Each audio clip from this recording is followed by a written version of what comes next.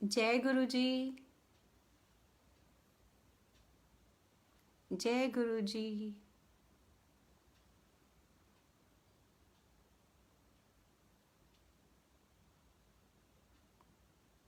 गुरु जी और गुरु जी की प्यारी संगत को बहुत प्यार। जय गुरु जी।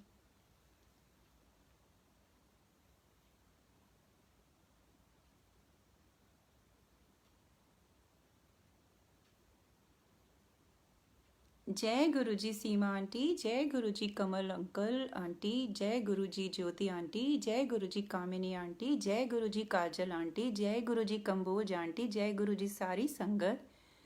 जय गुरु जी प्रेश अंकल। जय गुरु जी वीना आंटी। जय गुरु जी आंटी अंकल, सॉरी अगर मैं कुछ गलत बोल रही। जय गुरु जी मुस्कान। जय गुरु जी प्रीति आंटी। जय गुरु जी अंशु प्रिया। जय गुरु जी राकेश अंकल। जय गुरु जी कीर्ति आंटी। जय गुरु जी की प्यारी सारी संगत। जय Guru ji Manju aunty. Oh I am so blessed, आज मंजू आंटी हैं साथ में। वैसे तो होती हैं लेकिन आज मैं उनको देख पा रही हूँ। जब सत्संग शुरू होता है तो मैं कमेंट्स नहीं पढ़ती हूँ। Oh I am so blessed, I am so feeling happy कि आज मंजू आंटी भी साथ में हैं। संगत जी, मंजू आंटी मुझे गुरु जी से जोड़ने वाला जरिया हैं, तो मेरी एल्डर सिस्टर हैं, इसलिए मैं ऐसा बोल रही हूँ। जय गुरु जी। जय गुरु जी। जय गुरु जी सारी संगत। जय गुरु जी अनीता आंटी। जय गुरु जी सुमित अंकल। जय गुरु जी कंवल अंकल। जय गुरु जी की प्यारी प्यारी संगत। जय गुरु जी की सारी संगत। गुरु जी और गुरु जी की सारी संगत को बहुत प्यार एंड जय गुरु जी। गुरु जी का फिर से बहुत शुक्राना मुझे ये मौका देने का कि मैं गुरु जी का गुणगान कर सकूं, गुरु जी की दी हुई ब्लेसिंग्स को सत्संग के रूप में आपके साथ शेयर कर सकूं, उन ब्लेसिंग्स के लिए गुरु जी को तहे दिल से शुक्राना कर सकूं, गुरु जी का गुणगान कर सकूं, क्योंकि गुरु जी के गुणगान से बढ़कर कोई पाठ नहीं है। तो गुरु जी ने इस नाचीज़ को इस लायक समझा, इस काबिल समझा, ये सेवा दी, उसके लिए मेरा तहे दिल से गुरु जी को बहुत शुक्राना। And Sonia Kathuria aunty and entire team of blessings page, आपको भी मेरा बहुत बहुत थैंक्स। एंड गुरु जी आपको बहुत ब्लेस करें फॉर द सेल्फलेस सेवा यू आर डूइंग। जो भी लोग ये सेवा कर रहे हैं, जिसकी वजह से हम आकर सत्संग शेयर करते हैं, आप सुन पाते हो और पॉजिटिविटी स्प्रेड हो रही है, हमारा गुरु परिवार बढ़ रहा है, ऐसे सभी सेवादार को सैल्यूट, बहुत शुक्राना, थैंक्स। एंड गुरु जी उनको बहुत ब्लेस करें। संगत जी, I hope you had a good Christmas. देखो कितना अच्छा है, कल भी क्रिसमस पे गुरुजी ने मौका दिया, गुरुजी के साथ बैठ के सत्संग शेयर किया, गुरुजी की ब्लेसिंग्स मिली। और आज बॉक्सिंग डे है, फेस्टिव सीजन है, न्यू ईयर से पहले ये आई थिंक इस ईयर का मेरा लास्ट सत्संग है, बाकी गुरुजी जाने। तो कितना अच्छा है, गुरुजी के साथ बैठ के, गुरुजी के प्यारे गुरु परिवार के साथ बैठ के गुरुजी का गुणगान कर रहे हैं। थैंक यू सो मच गुरुजी, शुक्राना गुरुजी। तो संगत जी, मैं गुरु जी से आज्ञा लेते हुए अपना सत्संग शेयर करती हूँ। देखें आज गुरु जी क्या बुलवाते हैं, क्योंकि प्लान करके तो कुछ होता नहीं है, गुरु जी बुलवाते हैं। जितनी भी प्लानिंग कर लो सब बेकार है, जो गुरु जी ने बुलवाना है वही बुलवाना है। तो गुरु जी की आज्ञा से मैं अपना सत्संग शुरू करती हूँ।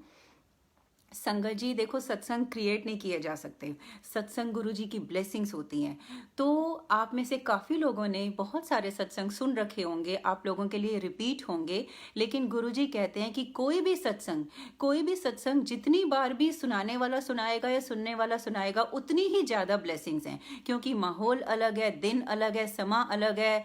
तो अलग टाइम पे अगर सेम सत्संग भी आप सुन रहे हो ना, रेस्ट एश्योर्ड आपको ब्लेसिंग मिल रही है, ऐसा गुरु जी कहते हैं। कई बार एक ही सत्संग संगत से, सेवादार से गुरु जी कितनी बार 20-25 बार सुनवाते हैं। तो गुरु जी कहते हैं कि ऐसा मत सोचो कि ये सुना हुआ है, गुरु जी को पता है, गुरु जी को पता है कि किसको किस सत्संग से क्या ब्लेसिंग देनी है। तो फिर भी आई एम सॉरी, आप लोगों को कुछ रिपीट सत्संग लगेंगे, एज आई सेड सत्संग क्रिएट नहीं किया जा सकता, लेकिन गुरु जी जो बुलवाएंगे, रेस्ट एश्योर्ड आप जो भी सुनोगे, चाहे आप 5th 6th टाइम भी सुन रहे होगे, गुरु जी की ब्लेसिंग्स आप तक पहुंच रही हैं, मुझ तक पहुंच रही हैं।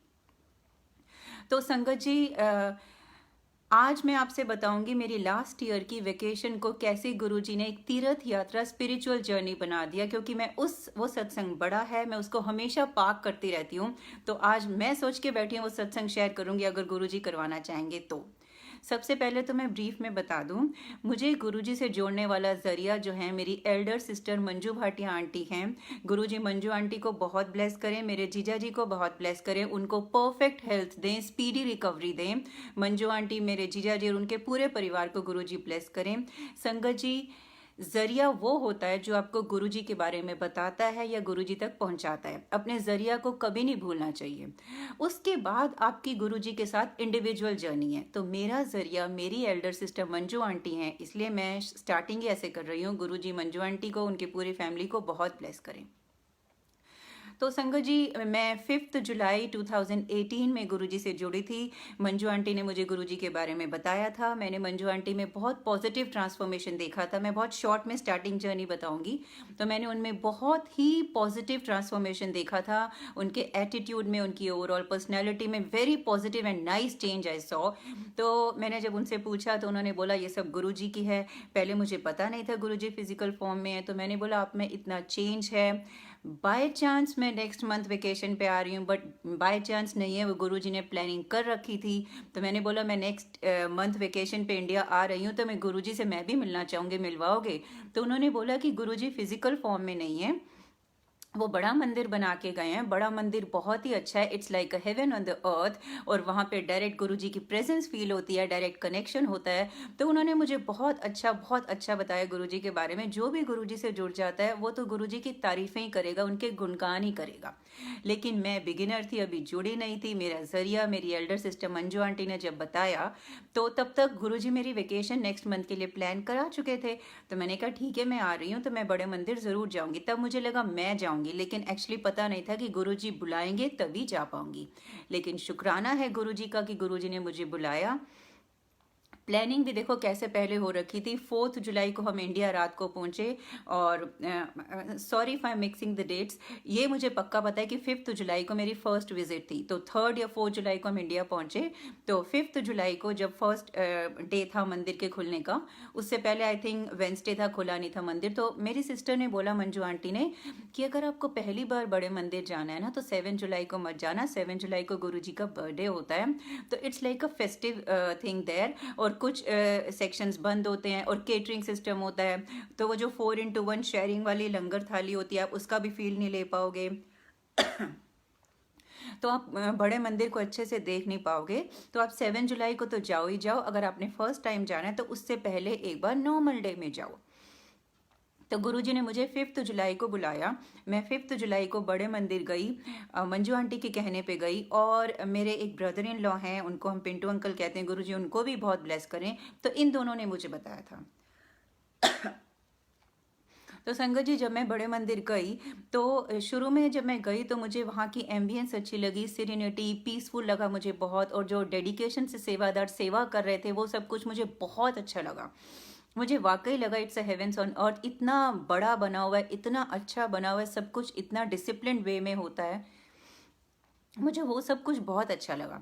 तो संगत जी, मैं ना चाय प्रसाद के लिए बैठी वेट कर रही थी, और तब मेरे मन में बात चली। वो तो बाद में पता चला कि जो बातें होती हैं वो टेलीपैथी से, या गुरुजी आप माइंड रीडर हैं, आपके मन की बात जान लेते हैं। तो मेरे मन में तब ये बात चली कि ये मंदिर तो बहुत अच्छा है। अरे डिफरेंट क्लास के लोग आए हैं, इतने हाई क्लास के लोग आए हुए हैं, स्टाइलिश लोग आए हुए हैं, बड़ा अच्छा मंदिर है। कैसे, कितनी अच्छी सेवा कर रहे हैं सेवादार, इतने लोग आए हुए हैं, बहुत ही सुंदर मंदिर बना हुआ है, इतने बड़े बड़े स्वरूप हैं। लेकिन मंजू आंटी ने मुझे बोला था यहाँ आपकी प्रेजेंस फील होती है गुरुजी। मुझे वैसा तो कुछ नहीं दिख रहा है, मुझे ये पिक्चर ही दिख रही है, पिक्चर में आप दिख रहे हो, लेकिन मुझे आपकी प्रेजेंस तो ऐसा कोई फील नहीं हो रही है।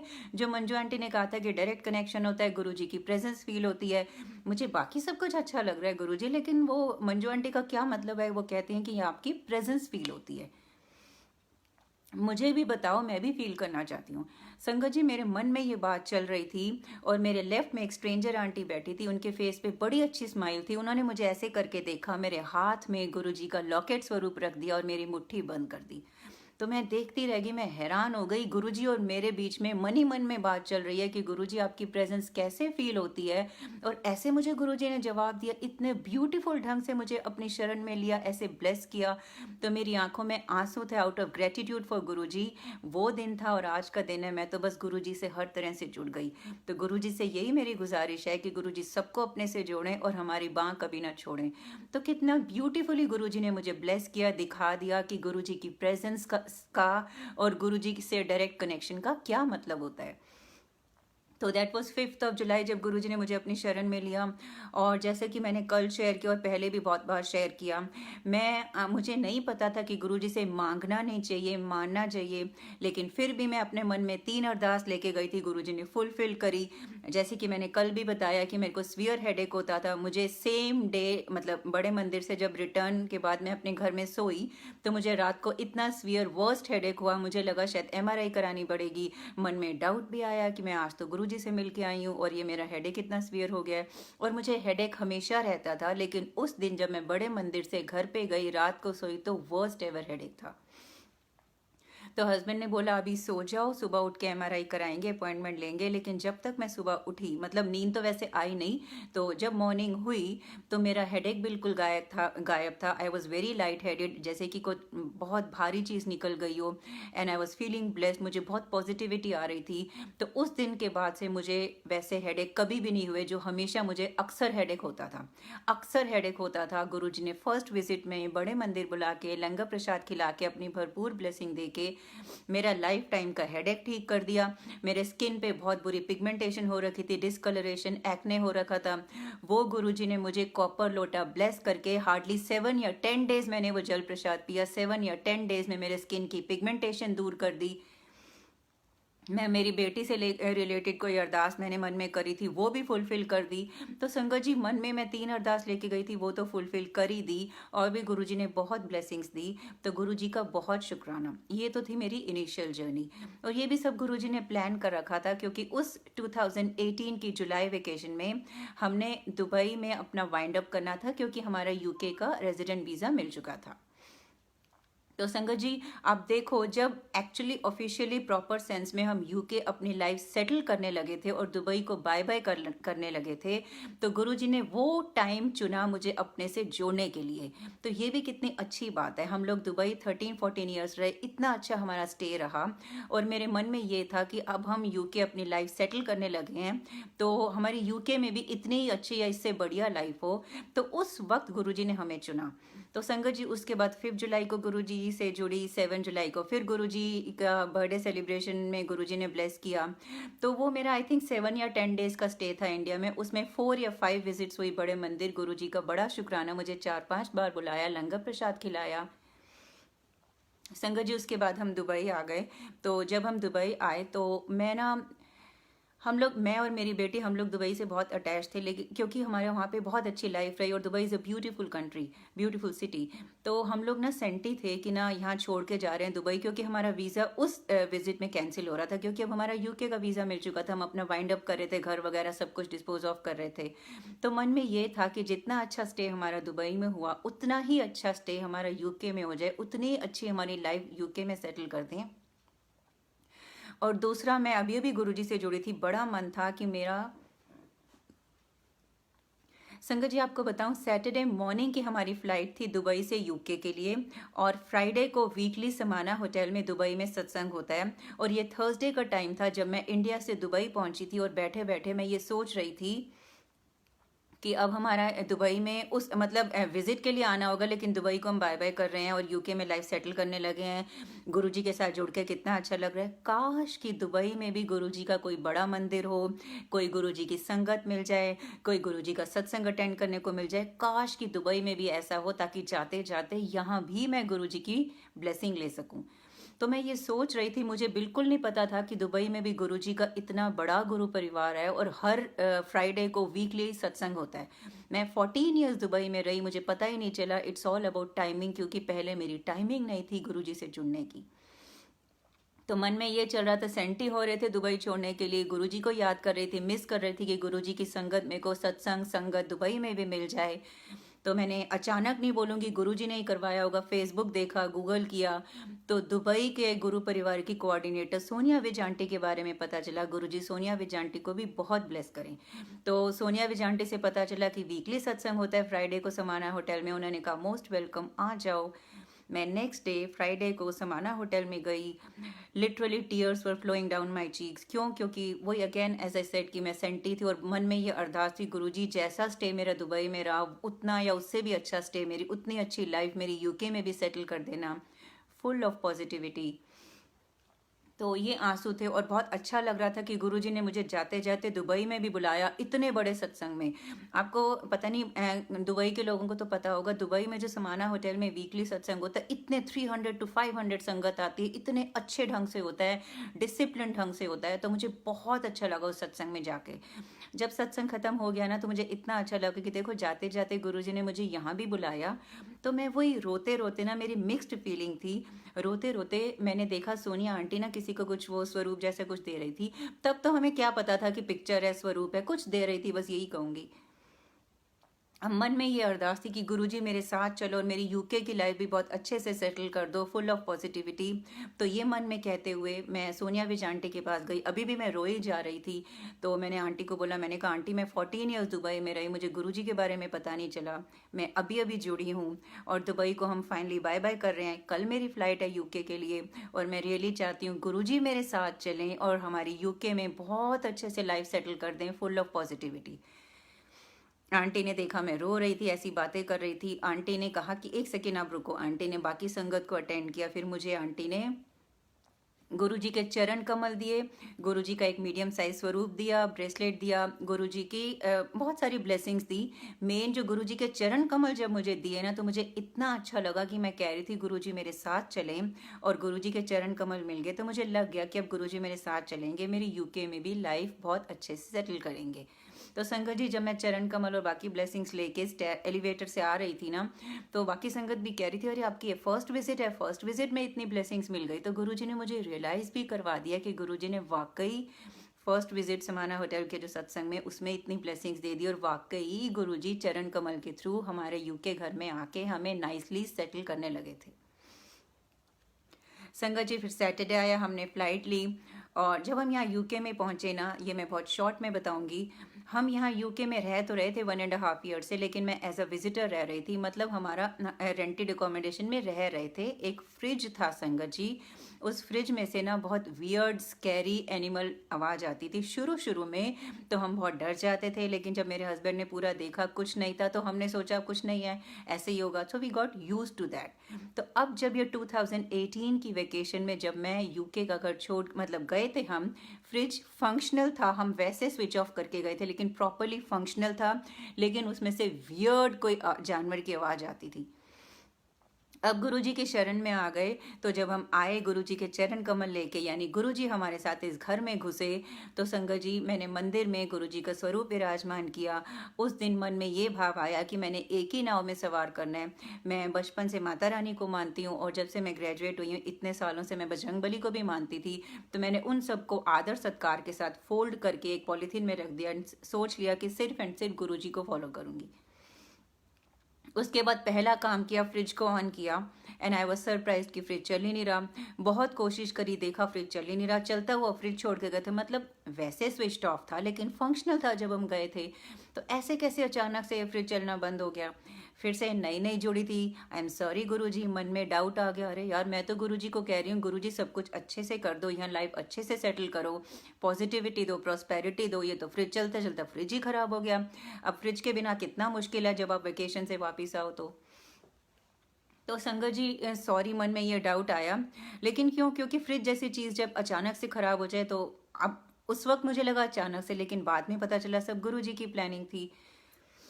तो हम लोग हैरान हो गए, जब चलता हुआ छोड़ के गए थे ऐसे कैसे ख़राब हो गया। तो बाद में पता चला कि वाइट गुड है, लैंडलॉर्ड रिप्लेस कर देंगे। तो 7 डेज़ की इनकन्वीनियंस हुई, but that was worth it, आप सुनोगे। तो उसके बाद नया फ्रिज आ गया, नया फ्रिज आया, प्रॉपरली फंक्शनल था, उसमें से कोई वो वियर्ड आवाज़ नहीं आती थी। तब भी स्ट्राइक नहीं किया कि क्यों वो पुराना फ्रिज घर से गया, घर से पिकवाया गया, अचानक ख़राब हो गया, तभी भी स्ट्राइक नहीं हुआ। मैं मन ही मन में गुरुजी से पूछती रहती थी, इसका क्या चक्कर है गुरुजी, आप मेरे साथ आए हो, सब कुछ अच्छा होना चाहिए था, ये फ्रिज कैसे खराब हो गया। इतनी हमें 7 दिन दिक्कत हुई, लेकिन मुझे जवाब नहीं मिला। संगत जी, उसके 5 या 6 मंथ्स के बाद मेरी बेटी, जो वैसे मेरी बेटी और मैं रहते हैं, और मेरे हस्बैंड पवन अंकल ट्रैवल करते रहते हैं, तो मेरी बेटी को 5-6 मंथ्स के बाद इंटर्नशिप के लिए दूसरी सिटी में शिफ्ट होना था। तो मेरे हस्बैंड पवन अंकल जब उसको सेटल करके आए तो मैं उनसे ये बोल रही थी, मैंने कहा अब तो आरुषि भी मेरे साथ नहीं रहेगी, तो आप अपनी ट्रैवलिंग कम कर देना, बंद कर देना, जब तक आरुषि वापस नहीं आ जाती, क्योंकि मुझे डर लगता है। अब संगत जी ध्यान से सुनना, मैंने नहीं, गुरुजी ने क्या मुंह से निकलवाया, नेचुरल फ्लो में मैंने बोला। मैंने कहा आपको पता है बाहर एक पेपर भी हिलता है ना, मुझे डर लगता है। शुक्र है वो पुराना फ्रिज नहीं है जिसमें से वो जानवरों की आवाज़ें आती थी, इतना डरावनी आवाज़ें आती थी।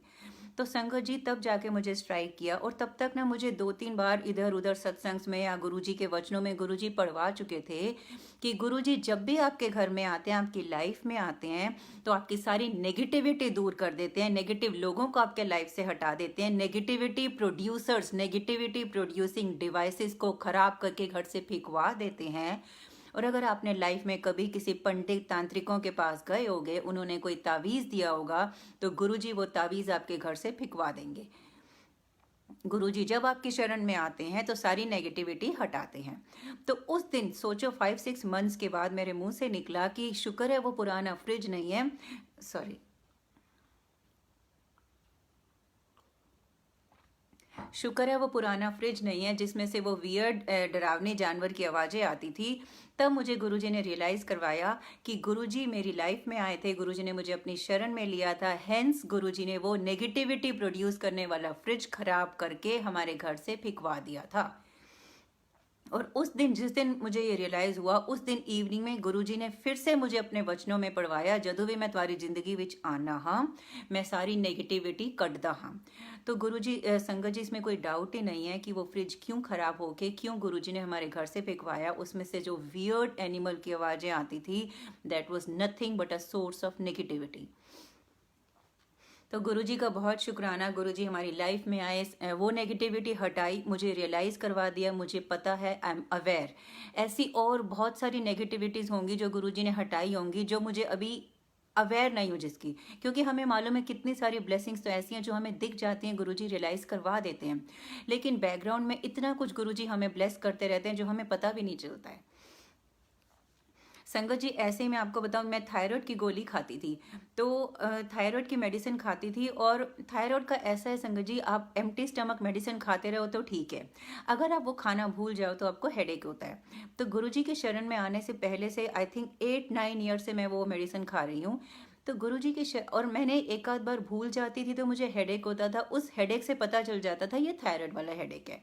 अब जब मैं गुरुजी की शरण में आ गई ना, तो मुझे लगा कि टेस्ट करवाना पड़ेगा, वरना तो पता चलेगा नहीं ठीक हुआ या नहीं हुआ। मुझे लगता था गुरुजी ने बाकी चीज़ें ठीक कर दी हैं, हो सकता है थायराइड भी ठीक कर दिया हो, लेकिन मैं सोचती रहती थी मैं अचानक खाना बंद कर दूं या क्या करूं। ये मेरे मन में जब थॉट चल रहा था ना एक दिन की, कैसे पता चलेगा, मेरे को टेस्ट करवाना पड़ेगा, टेस्ट करवाने के लिए मैं सोच रही थी इंडिया जाऊंगी तो कराऊंगी, I was feeling lazy to get my blood test here.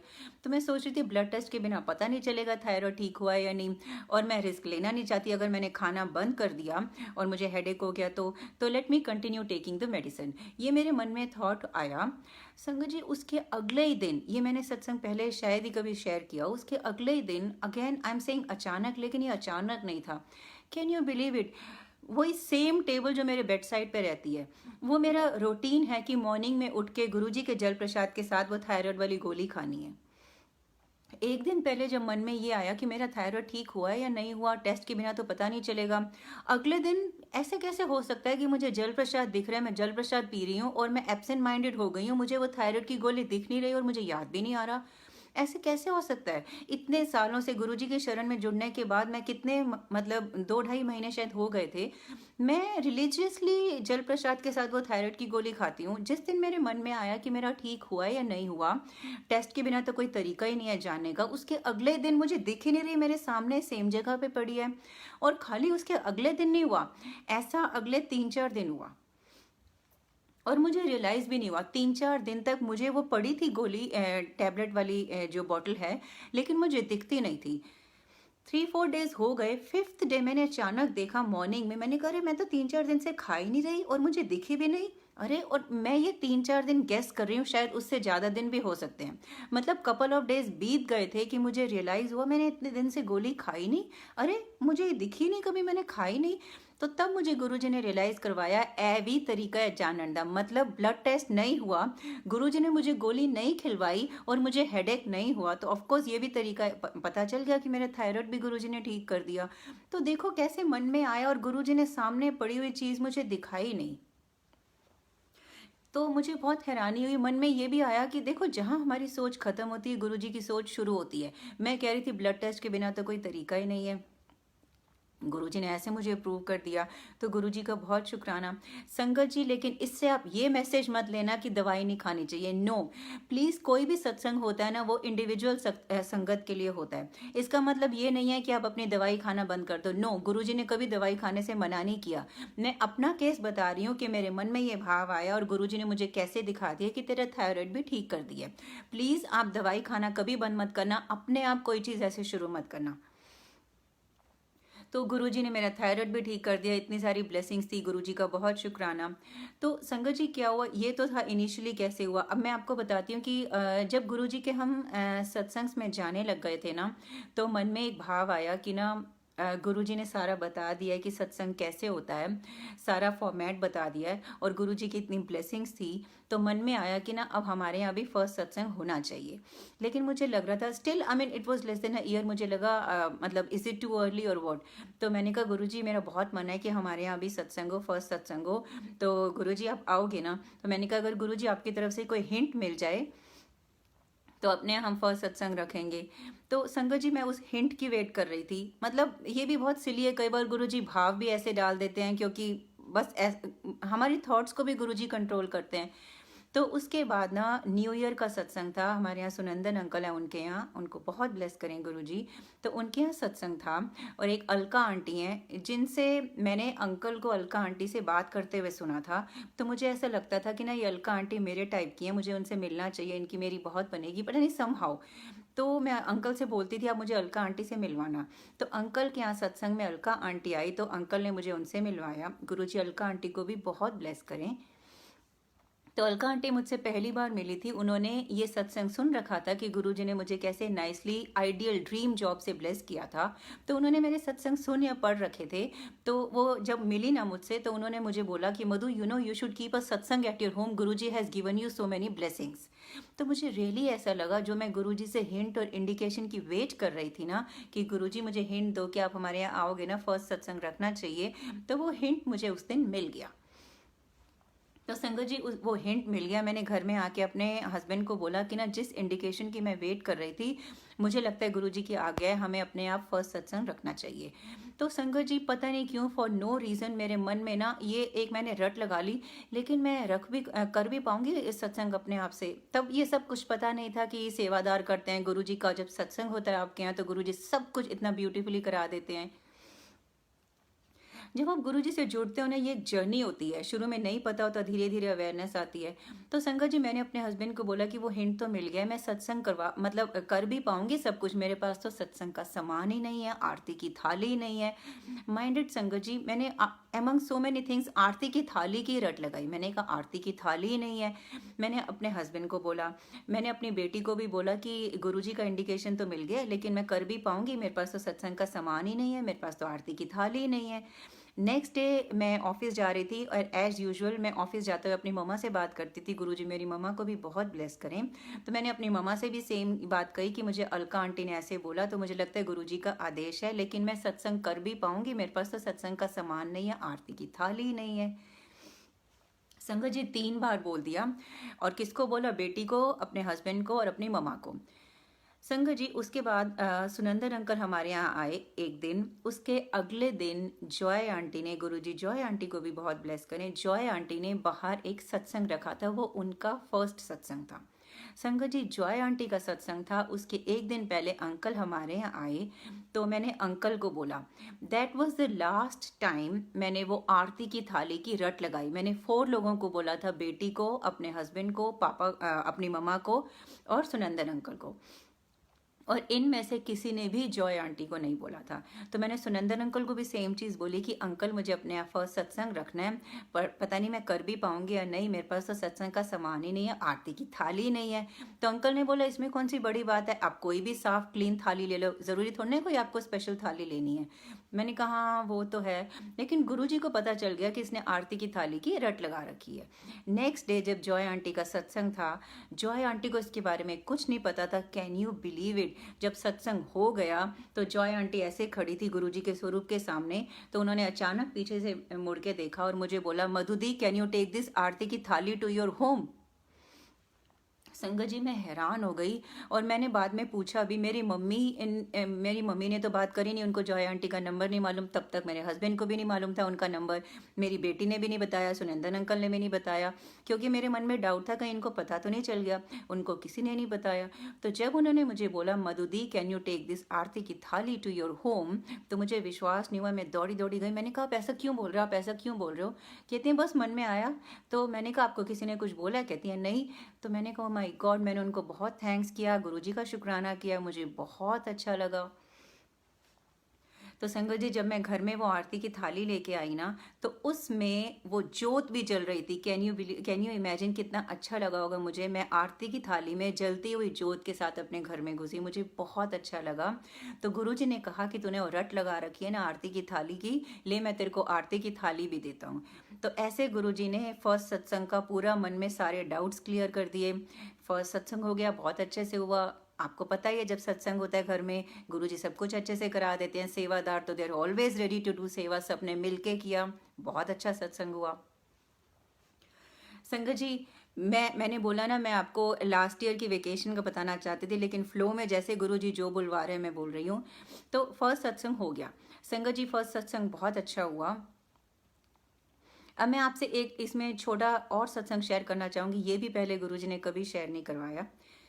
जब हमारे यहाँ फर्स्ट सत्संग था ना, आई थिंक फर्स्ट था या सेकंड था, फर्स्ट या सेकंड सत्संग था संगत जी, एक ना हमारे यहाँ यूके गुरु परिवार में जसवीर आंटी हैं, गुरुजी जसवीर आंटी को बहुत ब्लेस करें। तो जसवीर आंटी हैं, वो ना उनकी बेटी तो गुरुजी की फॉलोअर थी और हैं, लेकिन जसवीर आंटी शायद नहीं थी। और वो दोनों ना उनके हस्बैंड जो राजीव अंकल हैं, तो जसवीर आंटी और उनकी बेटी, उनका बड़ा मन था सत्संग अटेंड करने को, क्योंकि उन दिनों में जसवीर आंटी की सिस्टर एक मधु आंटी हैं जो यूएस में रहती हैं। उन दिनों में जसवीर आंटी की अपनी सिस्टर से किसी वजह से कुछ हुआ था, तो उनकी बातचीत नहीं थी, तो उनको उनकी सिस्टर नाराज हो गई थी, ऐसा समझ लो, चलता है ये सिस्टर्स में। तो वो अपनी मधु सिस्टर को, उनकी छोटी सिस्टर है मधु जो यूएस में रहती हैं, तो वो अपनी सिस्टर मधु को बहुत मिस कर रही थी। वो इतना मिस कर रही थी कि वो घर में रोती रहती थी। और उनकी बेटी गुरुजी की फॉलोअर है, तो उनकी बेटी और जसवीर आंटी का मन किया कि काश कि यहाँ पे कोई सत्संग अटेंड करने को मिल जाए, मन में पीस आएगी। क्या वो अपनी सिस्टर मधु को जो यूएस में रहती हैं उनको बहुत मिस कर रही थी। संगत जी उन्होंने पता नहीं गूगल किया क्या किया, जो हमारे यहाँ सत्संग होना था ना वो इंडिया में किसी के पास पहुंचा, उन्होंने जसवीर आंटी को ये एड्रेस दिया। इनका मन था सत्संग अटेंड करने को, जसवीर आंटी को मेरा एड्रेस मिला, उनको ये नहीं पता था कि यहाँ कोई मधु आंटी रहती हैं, उनको ये एड्रेस मिला कि आप सत्संग का पूछ रहे हो ना, यूके में कोई सत्संग है तो यहाँ पे है। तो उनका पता चला, वो हमारे घर के पास ही रहती हैं, तो उनको पता चला ये तो घर के पास है। तो संगत जी वो यहाँ पे सत्संग अटेंड करने के लिए आई। जसवीर आंटी ने वो पहला सत्संग अटेंड किया था। तो जब वो आई ना, तो अब जिसके यहाँ सत्संग होता है उसका नाम तो लोग बोल ही रहे होते हैं। तो जब घर में आई ना, उन्होंने सुना मधु आंटी, तो उन्होंने वो हैरान हो गई। तो उन्होंने बोला यहाँ कोई मधु आंटी है क्या? तो सबने बोला हाँ ये मधु आंटी क्या है, तो सत्संग हो रहा है। तो वो इतनी हैरान हो गई कि क्या गुरुजी की लीला है। देखो वो अपनी सिस्टर मधु को मिस कर रही थी और गुरुजी ने उनको मधु आंटी के यहाँ ही सत्संग में बुलाया है। संगत जी उनको ये बहुत अच्छा लगा। और हमें मालूम है, अगर आप लोगों में से किसी को नहीं मालूम होगा, मैंने कहीं पढ़ा है, अगर आपके सत्संग में कोई अनइनवाइटेड संगत आए जिसको आपने नहीं बुलाया, तो समझ लो गुरुजी बहुत खुश हैं। मतलब गुरुजी तो खुश ही रहते हैं अपनी संगत से, लेकिन मैंने ये तभी पढ़ा था नया नया, अगर आपके यहाँ कोई अनइनवाइटेड संगत आए, वो गुरुजी की भेजी हुई होती है, तो गुरुजी आपसे बहुत खुश हैं। तो संगत जी, मैंने ये पढ़ रखा था, मेरे लिए तो वो अनइनवाइटेड ही थी, मैं उनसे कभी मिली नहीं थी। मुझे उनको मिलके इस बात की खुशी थी कि गुरुजी ने अपनी संगत भेजी है, अनइनवाइटेड संगत।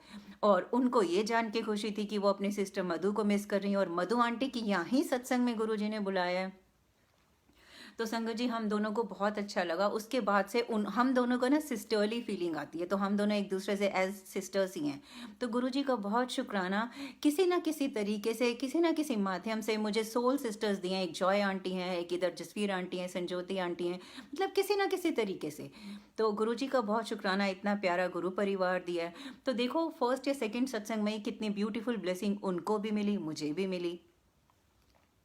तो संगत जी, अब क्या था, हमारे यहाँ फिर ऐसे सत्संग होते गए। अब क्या था कि हमारे यहाँ ना जब हमने शुरू में इस घर के लिए फर्नीचर लेना था ना, तो मेरे हस्बैंड को जो सोफ़ा का स्टाइल पसंद था, मॉडल पसंद था, उसमें खाली 3 सीटर आता है, 2 सीटर या सिंगल सीटर नहीं आता। तो मेरे हस्बैंड ने बोला कि मुझे यही लेना है। तो मैंने कहा, अगर आप ये लोगे ना, इसमें खाली 3 सीटर है, सिंगल सीटर और 2 सीटर नहीं है, तो हमारा ड्राइंग रूम खाली खाली रहेगा। तो मेरे हस्बैंड ने कहा नहीं, तो उन्होंने बोला ऐसा ऐसा करते हैं, हम दो 3 सीटर ले लेते हैं, ठीक है, उससे तो ड्राइंग रूम भरा रहेगा। मतलब वो उसी मॉडल के लिए उनका मन आया हुआ था, तो हमने 2 3 सीटर सोफ़ा लिए, यानी हमारे पास सिंगल सीटर या 2 सीटर सोफ़ा नहीं था। अब जब हमारे यहाँ सत्संग होने लगे ना, फर्स्ट सत्संग, सेकंड सत्संग, थर्ड सत्संग, हमने वही जो बड़ा 3 सीटर सोफ़ा है उसको शिफ्ट करके सेंटर में लाते थे, वहाँ पे गुरुजी का दरबार, गुरुजी का आसन लगाते थे। तो शुरू में तो शुरू के सत्संग में बहुत अच्छा लगा, बड़ा बड़ा दरबार है, सब कुछ बहुत अच्छा लगा। लेकिन जो 4-5 सत्संग हो गए ना, तो मन में कह लो कि ये आया कि थोड़ा चेंज होना चाहिए। काश कि मेरे पास सिंगल सीटर सोफ़ा होता तो मैं उस पर आसन लगाती। मतलब 4-5 सत्संग के बाद तो ये लगा आउट ऑफ, मतलब फॉर अ चेंज होना चाहिए। उसके बाद क्या हुआ, ये साल आ गया। इस साल में क्या हुआ, कोविड आ गया। संगत जी, कोविड के बाद फिजिकल सत्संग जाना बंद हो गया, तो मैं फिजिकल सत्संग जाना बंद हो गया, सत्संग को बहुत मिस करती थी। तो अराउंड अप्रैल ग्लोबल सत्संग शुरू हुए। वैसे तो बहुत सारे सत्संग होते हैं, जिस सत्संग की मैं बात कर रही हूँ या तो वो ग्लोबल है या वो यूरोप वाइड सत्संग है। तो ये ग्लोबल सत्संग शुरू हो गए। इसका क्या है, every Sunday UK time 12:30 to 2:30 होता है, और सैटरडे नाइट तक उसकी प्लेलिस्ट आ जाती है। तो वो क्या हुआ, ये ना अप्रैल से ये ग्लोबल सत्संग की प्लेलिस्ट आती है। क्योंकि मैं सत्संग को मिस कर रही थी, तो मैंने अप्रैल एक संडे को अचानक मन ने किया होगा, गुरुजी ने ही जोड़ना होगा, तो मैंने वो प्लेलिस्ट चला ली। और मैंने कहा कि ना, क्या हो गया, अगर बाहर तो जा नहीं सकते हैं, पता नहीं कब तक ये सत्संग रुके रहेंगे, तो हम घर पे ही करते हैं। तो क्या किया संगत जी, प्लेलिस्ट चला ली। उसी टाइम पे 12:30 to 2:30 कड़ा प्रसाद बनाया, चाय प्रसाद बनाया, और वही फील मन में लाई कि जैसे मान लो हम सत्संग में बैठे हैं, क्योंकि मैं सत्संग को बहुत मिस कर रही थी। तो संगत जी, वो पहला सत्संग था जो मैंने प्लेलिस्ट बेसिस पे वर्चुअली कह लो या किसी के घर ना जाके किया, तो मुझे बहुत अच्छा लगा। उन दिनों ना मेरी कोई स्टमक की प्रॉब्लम चल रही थी। संगत जी, जब ये सत्संग बहुत भाव से किया ना, अब ये अचानक संडे को किया था, तो वो बड़ा सोफ़ा शिफ्ट नहीं किया, यानी कोई गद्दी, कोई आसन नहीं लगाया, लेकिन गुरुजी का ये स्वरूप ऐसे ईजल स्टैंड पे था। तो गुरुजी का स्वरूप था, लेकिन कोई गद्दी आसन नहीं था। और जब सत्संग हो गया, आरती हुई ना, आरती के बाद मुझे पता नहीं क्या मन किया, मैंने डांस किया। ऐसा भी नहीं है I am a good dancer, ऐसा भी नहीं I am passionate about dancing, ऐसा भी नहीं है डांसिंग इज़ माई हॉबी। तो वो गुरुजी ने नचाया। मुझे पता नहीं क्या हो गया, आरती के बाद मैंने डांस किया। डांस करते ही मेरी वो स्टमक प्रॉब्लम सॉल्व हो गई, जो काफ़ी दिन से चल रही थी। तो मैं हैरान हो गई, गुरुजी ने मुझे नचा के मेरी स्टमक प्रॉब्लम दूर कर दी। और हमने पढ़ी रखा है, जब गुरुजी चोले में थे तो अपने सामने संगत को डांस कराते थे और उससे पूरा बॉडी का एक्सरे ले लेते थे, उनकी कितनी प्रॉब्लम सॉल्व करते थे। तो उस सत्संग में मेरे साथ भी कुछ ऐसा ही हुआ। तो संगत जी, उस सत्संग में जब मेरी वो स्टमक प्रॉब्लम सॉल्व हो गई ना, और मुझे बहुत अच्छी पॉजिटिव वाइब्स आई, तो मेरा ना उस ग्लोबल सत्संग के लिए, संडे वाले सत्संग के लिए बहुत मन आ गया। तो मैंने सोचा कि मैं एवरी संडे वो सत्संग किया करूँगी, क्योंकि पहले ही सत्संग में गुरुजी ने ब्लेस कर दिया। तो मैं हर संडे, वो प्लेलिस्ट आती है और मैं सेम कड़ा प्रसाद, चाय प्रसाद बना के ऐसे ही गुरुजी के सामने बैठ के आरती भी करते हैं, बहुत अच्छा लगता है। अब संगत जी ये ना अप्रैल से शुरू हुआ और जून एंड आ गया। वही मैं कोई गद्दी आसन नहीं लगाती थी क्योंकि एवरी वीक है, तो क्या अब इतना बड़ा सोफा यहाँ शिफ्ट करोगे। एक बार जून का संडे सत्संग जब हो गया ना, तो मैं बैठी, ऐसे ही मन में भाव आया। मैंने कहा गुरुजी मैं बड़े प्यार से संडे के सत्संग करती हूँ और कड़ा प्रसाद चाय प्रसाद बनाती हूँ, आपके साथ भाव से बैठती हूँ, आते तो हो ना। ये क्वेश्चन बहुत सिली था, ये डाउट बड़ा सिली था, लेकिन भाव लाने वाले भी वही हैं। बड़ा सिली डाउट है, जब आपके घर में सत्संग है गुरुजी तो ज़रूर आते हैं, गुरुजी वैसे ही हमारे आसपास रहते हैं, लेकिन वो मन में आया कि गुरुजी मैं बड़े भाव से करती हूँ, आप आते तो हो ना। तो टेलीपैथी से, क्योंकि वो बहुत स्ट्रांग पंजाबी आवाज़ में हुई थी बात, और बाद में पता चल गया वो गुरुजी ने टेलीपैथी से बोला था, अंदर बड़ी पंजाबी स्ट्रांग पंजाबी आवाज़ में आवाज़ आई कि तू सब कुछ तय करती हैं लेकिन मेरी गद्दी नहीं लांदी। तो मुझे उस वक्त तो विश्वास नहीं हुआ, मुझे लगा कि शायद ये मेरे मन का ही वहम है। तो मैंने कहा ये मेरे ही मन का वहम होगा, मैं ही अपने आप से बोल रही हूँ, कि मुझे विश्वास नहीं हुआ कि ये वाकई गुरुजी की तरफ से ऐसा है। तो सब कुछ तय कर दिए, गद्दी नहीं लांदी। तो मैंने सोचा कि चाहे ये मेरे मन का वहम है या ये गुरुजी बोले, जो भी है, अगर ये एक बार ये मन में बात आ गई है ना, तो मैं नेक्स्ट संडे के सत्संग में गुरुजी की गद्दी ज़रूर लगाऊंगी। तो मैंने तब मेरे मन में फिर मैंने कहा काश कि मेरे पास सिंगल सीटर सोफ़ा होता, तब मैं उस पर गुरुजी की गद्दी लगाती। तो मैंने कहा गुरुजी कोई बात नहीं, लॉकडाउन खुल जाए तो मैं सिंगल सीटर सोफ़ा लेके आऊँगी सिर्फ आपकी गद्दी के लिए, वरना मुझे घर पे नहीं चाहिए। लेकिन नेक्स्ट संडे को कुछ भी करके मैं आपकी गद्दी ज़रूर लगाऊंगी। संगत जी नेक्स्ट संडे आया, मैंने अपनी बेटी की स्टडी टेबल के साथ की चेयर को यहाँ सेंटर में शिफ्ट किया, तो उसमें गुरुजी की गद्दी लगाई, गुरुजी का आसन लगाया, चोला लगाया और सत्संग किया। तो संगत जी मैंने जब सत्संग हो गया, मैंने कहा सॉरी गुरुजी आपको बहुत टाइट लग रहा होगा ना, मैं जैसे ही पॉसिबल होगा मैं सिंगल सीटर सोफ़ा लेके आऊँगी, क्योंकि चेयर तो बहुत टाइट होती है। अगेन ये भी बहुत सिली बात है, गुरुजी के लिए क्या टाइट और क्या लूज़, लेकिन कई बार भाव मन में आ जाते हैं। मैंने कहा सॉरी गुरुजी आपको बहुत टाइट लग रहा होगा, जैसे ही मौका मिलेगा मैं सिंगल सीटर सोफ़ा लेके आऊँगी आपकी गद्दी के लिए। संगत जी उसके बाद ना मुझे पता चला, एक संगत को गुरुजी ने बताया, मतलब ऐसे विजन दिखाया, जो कि मधु आंटी को अपने यहाँ सत्संग रखना चाहिए 1 जुलाई को। अब संगत जी इससे भी आप गलत मीनिंग नहीं लेना, गुरुजी के साथ डायरेक्ट कनेक्शन होना चाहिए, कभी किसी की बातों में नहीं आना, डायरेक्ट कनेक्शन गुरुजी के साथ होना चाहिए। लेकिन कई बार गुरुजी किसी और के थ्रू भी मैसेज देते हैं। अब हमारे ऊपर था, ये मेरे ऊपर था, मैं उस संगत की बात को फॉलो करूं या नहीं। उन्होंने बोला कि गुरुजी कह रहे हैं मधु आंटी अपने यहाँ 1 जुलाई को सत्संग रखें, और उन्होंने विजन में देखा था कि 1 जुलाई को हमारे यहाँ सत्संग हो रहा है और गुरुजी मेरे सिर पे हाथ फेर के मुझे ब्लेसिंग दे रहे हैं। अब संगत जी घर पे सत्संग रखना में कोई हार्म नहीं है, तो मैंने उस संगत के जो उनको विजन आया था उसमें से पॉजिटिव चीज़ ले ली। मैंने कहा घर में सत्संग रखने में कोई बुराई नहीं है, so let me follow his advice. तो 1 जुलाई को संडे नहीं था, तो 1 जुलाई को उनकी कहने के हिसाब, जैसे उनको लगा कि गुरुजी ने उनको बताया है, तो मैंने 1 जुलाई को अपने यहाँ सत्संग रखा। और क्योंकि मतलब ये जूम स्ट्रीम करना था तो ये प्रॉपर होना था, तो इस बार मैंने क्या किया, फिर से वो सोफ़ा, बड़े वाला सोफ़ा सेंटर में शिफ्ट किया, क्योंकि जूम स्ट्रीम होना है तो प्रॉपरली दरबार लगना चाहिए, वो चेयर पे बहुत टाइट सा लग रहा था। मैंने क्या किया, बड़ा सोफ़ा सेंटर में शिफ्ट किया और गुरुजी का आसन लगाया और 1 जुलाई को सत्संग किया। 1 जुलाई को इवनिंग में जब सत्संग हो गया ना, तो मन में आया मेरे क्योंकि जब यहाँ पे वो बड़ा सोफ़ा आता था ना, तो तब ये टीवी जो है वो फंक्शनल नहीं होता था, तो मेरे हस्बैंड ने बोला कि ये कब हटाएंगे। मैंने कहा हटाना नहीं कहते, बढ़ाना कहते हैं। तो मैंने कहा नहीं अभी 2-3 दिन तो नहीं, 2-3 दिन के बाद बढ़ाएंगे। तो तब मन में आया, मैंने कहा देखा, मैंने कहा ना हमारे पास सिंगल सीटर सोफ़ा होता तो कितना अच्छा होता, ये बार बार ये बड़ा सोफ़ा सेंटर में शिफ्ट करना बहुत वो है। उस दिन मैंने बड़ा स्ट्रांगली गुरुजी को भी बोला, अपने हस्बैंड को भी बोला, सच में यार मुझे सिंगल सीटर सोफ़ा चाहिए सिर्फ और सिर्फ गुरुजी की गद्दी लगाने के लिए। 1 जुलाई इवनिंग में ये मन में बहुत स्ट्रांगली आया, और 2 जुलाई मॉर्निंग में हमारे यहाँ यूके गुरु परिवार में रमन आंटी थी, अब वो इंडिया में जा चुकी हैं।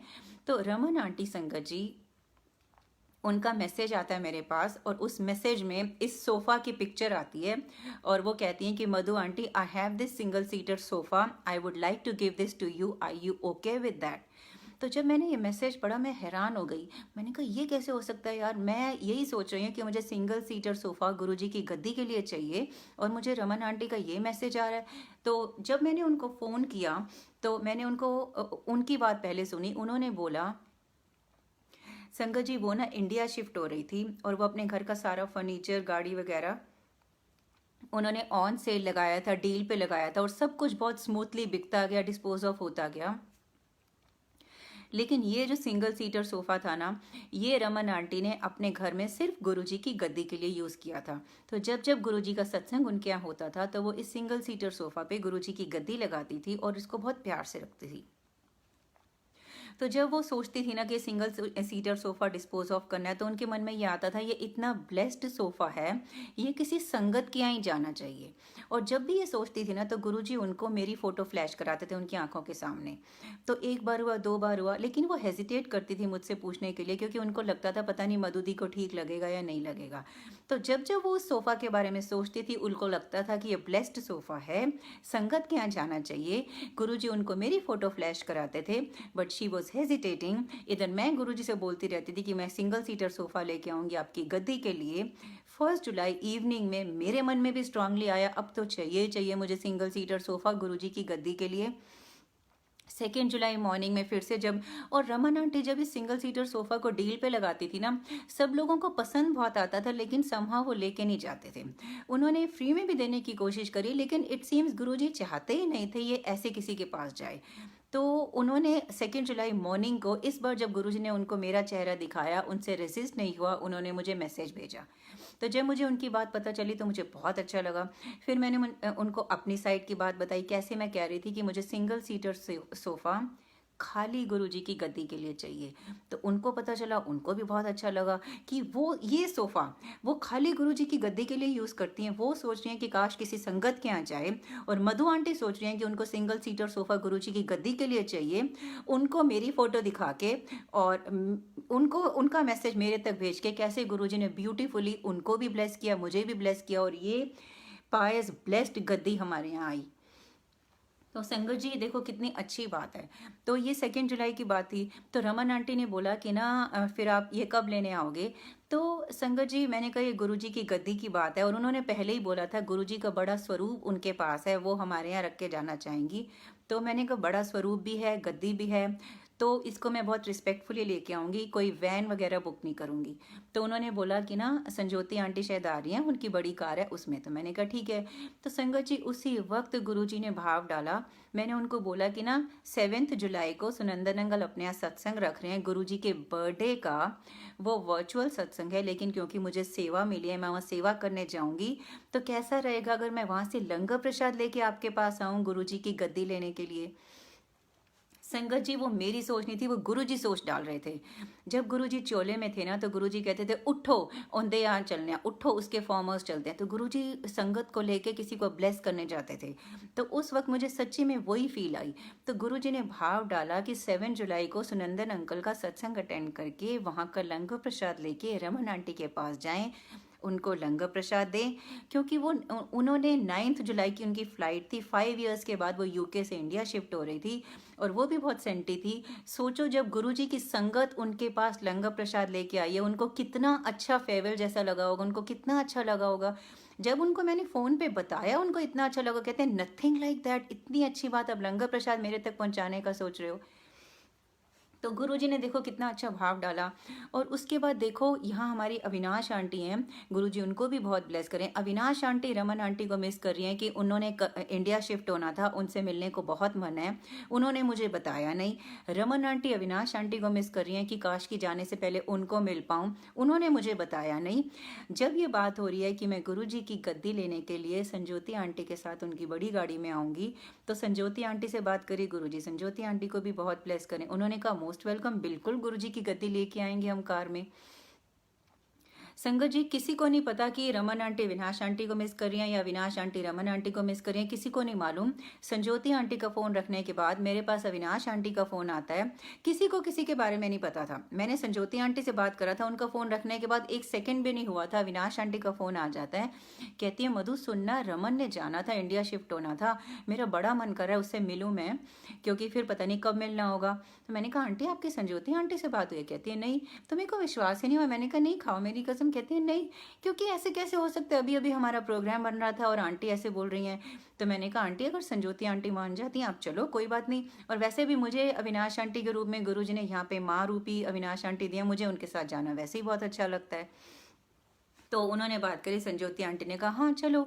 तो देखो अविनाश आंटी हमारे साथ गई, संजोती आंटी, मैं और अविनाश आंटी, हम गुरुजी का गुरु परिवार, हम संगत हमारी रमन आंटी के पास गुरुजी का लंगर प्रसाद लेके गए। जैसे हमारे थ्रू गुरुजी ने उनको ब्लेस लंगर प्रसाद दिया, उनको मतलब ब्राइट फ्यूचर के लिए ब्लेसिंग दी। जब वहाँ गए तो रमन आंटी अविनाश आंटी को देख के बहुत खुश हो गई। उन्होंने बताया वो भी कैसे मिस कर रही थी कि जाने से पहले उनसे मिलना हो जाए। तो देखो गुरुजी कैसे डॉट्स कनेक्ट करते हैं। तो बहुत अच्छा लगा, हम गुरुजी की गद्दी और गुरुजी का स्वरूप लेकर आए। संगत जी ये भी मैं आपको बताना चाहती हूँ कि देखने में लग रहा था कि ये सब कुछ आ ही नहीं सकता गाड़ी में, क्योंकि और भी कुछ था जो वो दे रही थी। मतलब देखने में लग रहा था आ ही नहीं सकता, लेकिन जहाँ गुरुजी की बात है वो सब कुछ इम्पॉसिबल को पॉसिबल कर देते। कैसे स्मूथली इतने अच्छे से सब कुछ फिट हो गया। गुरुजी के स्वरूप को तो हम अपनी गोदी में रिस्पेक्टफुली लेके आए। तो बहुत अच्छा हुआ, गुरुजी ने उनको ब्लेस किया, हमें ब्लेस किया, ये पावन गद्दी हमारे घर में आई, अविनाश आंटी को रमन आंटी से मिलवा दिया। सब कुछ कितने अच्छे से गुरुजी कनेक्ट कर देते हैं। तो ये तो था कैसे हमारे यहाँ ये गद्दी आई। तो अब क्या हुआ संगत जी, अब जब जैसे ये गद्दी भी आ गई, गुरुजी के सत्संग होने लग गए। अब मैं बताती हूँ लास्ट ईयर की जो मैं वेकेशन कम स्पिरिचुअल जर्नी की बात कर रही थी, जो मैं एक्चुअली सत्संग सुनाना चाहती थी। संगत जी लास्ट ईयर सितंबर में हमने वेकेशन के लिए जाना था दुबई से होते हुए इंडिया। 2018 जुलाई में मैं गुरुजी से जुड़ी। 2019 सितंबर में मैंने वेकेशन के लिए दुबई एंड इंडिया जाना था। अब आप देख लो उस एक साल में, जैसे मैंने आपको कुछ, ये तो कुछ ब्लेसिंग्स हैं। अगर गुरुजी की ब्लेसिंग्स अगर करने लगो, गुरुजी का गुणगान करने लगो ना, जैसे कि मैंने कल भी बोला, हमेशा बोलती हूँ, अगर स्काई पूरा पेपर बन जाए, फॉरेस्ट की जो ट्रीज हैं वो आपका पेन बन जाए, लीव्स वर्ड्स बन जाए, ओशियन का पानी इंक बन जाए, तभी भी इनफ नहीं है गुरुजी का गुणगान करना, गुरुजी की ब्लेसिंग्स का बयान करना। तो गुरुजी की ब्लेसिंग्स तो काउंटलेस है, बहुत सारी हैं, हमारी लाइफ टाइम कम है। लेकिन ये जो कुछ मैंने आपसे ब्लेसिंग शेयर करी जो गुरुजी करवा रहे हैं, तो एक साल में ये कुछ है, लेकिन इससे कहीं ज़्यादा ब्लेसिंग्स गुरुजी की मिल रही थी। तो मुझे मतलब मेरे मन में गुरुजी के लिए बहुत प्यार एंड ग्रेटिट्यूड था और है, जैसे हम सबके मन में होता है। संगत जी नॉर्मली जब हम अपनी वेकेशन प्लान करते हैं ना, तो हम लोग 3-4 महीने पहले टिकट बुक करते हैं ताकि चीपर टिकट्स मिलें। तो सितंबर की वेकेशन के लिए मैं आई थिंक अराउंड मई में टिकट बुक कर रही थी। तो संगत जी ये पता था कि फ्राइडे को लास्ट वर्किंग डे होगा मेरा, और मैंने उस फ्राइडे के बाद वेकेशन प्लान करनी है। और मेरी बेटी का भी वो इंटर्नशिप कर रही थी बहुत अच्छी कंपनी में, गुरुजी की बदौलत, गुरुजी का शुक्राना। तो मेरी बेटी का, वो मुझे बाद में पता चला कि मेरी बेटी का भी उस इंटर्नशिप में officially last working day Friday को होना है। हमने ये मान रखा था, जब मेरी बेटी को ये इंटर्नशिप मिली थी ना, बहुत अच्छी कंपनी में मिली थी, गुरुजी की शरण में आने से पहले उसकी इंटर्नशिप ना सेकंड स्टेज पे वो नॉकआउट हो जाती थी। गुरुजी की शरण में आने के बाद उसने जहाँ जहाँ अप्लाई करा, गुरुजी ने सब जगह करवाया, इतनी अच्छी कंपनीज में उसको सिलेक्शन करवाया। ऐसी नौबत आ गई कि उसको पिक एंड चूज़ करना पड़ा हमारे गुरुजी की बदौलत। तो इस कंपनी में जब हमने सोच रखा था कि हम गुरुजी का शुक्राना करेंगे बिकॉज आरुषि को इतनी अच्छी इंटर्नशिप दिलवाई, हमने गुरुजी का शुक्राना सत्संग सोच रखा था। और इधर मैं मई में मैं वेकेशन प्लान कर रही थी, और ये पता था कि सितंबर के फर्स्ट वीक का जो फ्राइडे है वो लास्ट वर्किंग डे होगा। संगत जी फ्राइडे लास्ट वर्किंग डे होगा, आरुषि की इंटर्नशिप खत्म हो चुकी होगी, वही बेस्ट टाइम है आरुषि का नेक्स्ट ईयर शुरू होने से पहले हमारी वेकेशन का। अब नॉर्मली जब हम वेकेशन प्लान करते हैं, we try our level best कि जो सैटरडे संडे है वो भी वेकेशन में आ जाए। और संगत जी मैंने पूरी कोशिश करी एज यूजुअल कि हमारी सैटरडे की फ्लाइट हो, लेकिन there was something which was stopping me. मैं जब जब सैटरडे या संडे की फ़्लाइट बुक करती, कुछ ना कुछ अड़चन आ रही थी। एक बार तो ऐसा हुआ, मैं चेकआउट स्टेज तक पहुंच गई, सिस्टम हैंग हो गया। तो मुझे रियलाइज़ हुआ कि कुछ तो है। मैं ये ना बुक करने से पहले मैं गुरुजी के स्वरूप को देख के मैं गुरुजी को बोल चुकी थी कि गुरुजी आप ही डेट फिक्स कराना, आपको आगे का मालूम है, जो डेट हमारे लिए अच्छी है आप ही कराना। और मैंने गुरुजी को ये भी बहुत क्लियरली बोला था, गुरुजी मेरी ये वेकेशन डेडिकेटेड टू यू है, आपको डेडिकेटेड है, इसको मेरे लिए स्पिरिचुअल जर्नी बना देना। मैं स्पिरिचुअली ग्रो करना चाहती हूँ। इस वेकेशन में मैं ज़्यादा से ज़्यादा पुरानी संगत से मिलके आपके बारे में ज़्यादा से ज़्यादा जानना चाहती हूँ। मैं बड़े मंदिर विजिट करना चाहती हूँ, छोटे मंदिर विजिट करना चाहती हूँ, ज़्यादा से ज़्यादा आपको फील करना चाहती हूँ। और जिस जिस सिटी में विजिट करूं, आपका सत्संग, हर सिटी में एटलीस्ट 1 सत्संग की ब्लेसिंग तो लेना ही चाहती हूँ। तो मैं ऑलरेडी टिकट बुक करने से पहले बोल चुकी थी गुरुजी को, Guruji my vacation is dedicated to you, मैं स्पिरिचुअली ग्रो करना चाहती हूँ, बहुत ब्लेस्ड वेकेशन बनाना, ये बोल चुकी थी। और गुरुजी को कहा था गुरुजी आपको मालूम है, आप ही डेट की बुकिंग कराओ, आपको ही मालूम है, आप ही बताओ किस डेट की बुकिंग करें। गुरुजी को ये बोल दिया था, लेकिन चाहती यही थी कि सैटरडे की फ़्लाइट मिले। हर कोई यही चाहता है। संगत जी, जैसे मैंने बताया ना, सैटरडे संडे की फ़्लाइट गुरुजी ने बुक होने ही नहीं दी, कुछ ना कुछ अड़चन आती गई। ऐसे ना फिर मैं जब सिस्टम हैंग हो गया, मैंने कहा कल करूँगी, परसों करूँगी, हर दिन करती थी, कुछ ना कुछ प्रॉब्लम आ रही थी। तो ऐसे करते करते 8-10 दिन हो गए। तो मुझे लगा कि नहीं यार, अब टिकट्स कॉस्टली हो जाएंगी, अब तो करना ही चाहिए। तो इस 10 दिन के बाद जब मैं बैठी, मैंने कहा गुरुजी प्लीज़ कराओ ना, बहुत टाइम जा रहा है, अब टिकट्स कॉस्टली हो जाएंगी, प्लीज़ आपको जो डेट अच्छी लगती है कराओ।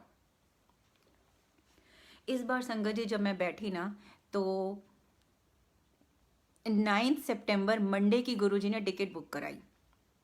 और मेरे मन में वो फीलिंग्स ला दी कि फ्राइडे को लास्ट वर्किंग डे है, कुछ बच जाएगा तो सैटरडे कर लेना, संडे को शॉपिंग कर लेना। तो मैं मतलब गुरुजी ने मेरे थॉट्स को कंट्रोल किया, मेरे से मंडे की टिकट बुक कराई। मैं चाहती नहीं थी, लेकिन मंडे की कराई। तो मंडे की टिकट जब मैंने बुक कर दी, तो मैंने कहा यार मैंने ये क्या किया, सैटरडे संडे वेस्ट हो जाएगा। तब मन में भाव आया कि हो सकता है, क्योंकि एवरी वीकेंड सत्संग होता था, तो मैंने कहा हो सकता है उस वीकेंड किसी संगत के यहाँ सत्संग होगा जो गुरुजी हमें अटेंड करा के ब्लेस करना चाहते हैं। हमारी सोच देखो, मतलब भाव भी गुरुजी लाए कि हो सकता है उस वीकेंड में किसी संगत के यहाँ सत्संग में अटेंड करा के गुरुजी हमें ब्लेस करना चाहते हैं वेकेशन जाने से पहले, इसलिए गुरुजी ने वीकेंड की टिकट बुक नहीं कराई। तो मैंने अपनी बेटी को बोला, तो उन्होंने भी बोला अरे मम्मा सैटरडे संडे वेस्ट होगा। मैंने सेम चीज़ बोली कि हो सकता है उस वीकेंड में कोई सत्संग है जो गुरुजी हमें अटेंड करा के ब्लेस करना चाहते हैं, ब्लेस करके हमें वेकेशन भेजना चाहते हैं। तो संगत जी उसके बाद टाइम आ गया। अब मैंने आपको बोला ना, हमारा एक शुक्राना सत्संग था।